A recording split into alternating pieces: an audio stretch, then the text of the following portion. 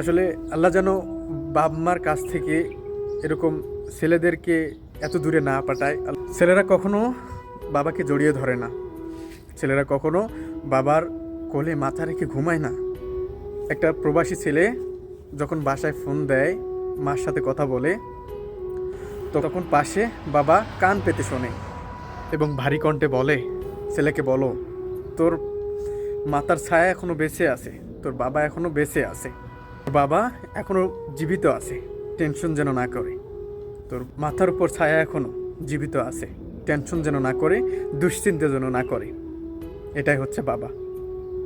আসলে যখন বাবা থাকে, যখন বাবার কাছাকাছি থাকা হয়, তখন আসলে বোঝা যায় না যে বাবা কতটা আপন। যখন মা বাবার কাছ থেকে দূরে চলে আসা হয়, তখন বোঝা যায় যে বাবা কতটা ছায়া, বাবা মা কতটা কতটা আপন।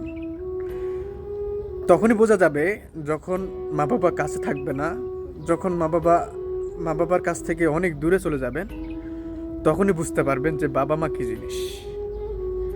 আসলে আল্লাহ যেন বাপ মার কাছ থেকে এরকম ছেলেদেরকে এত দূরে না পাঠায়। আল্লাহ তাআলা যেন মা বাবার কাছে থেকেই সন্তানকে ভালো একটা কিছু করার তৌফিক দান করে দেয়।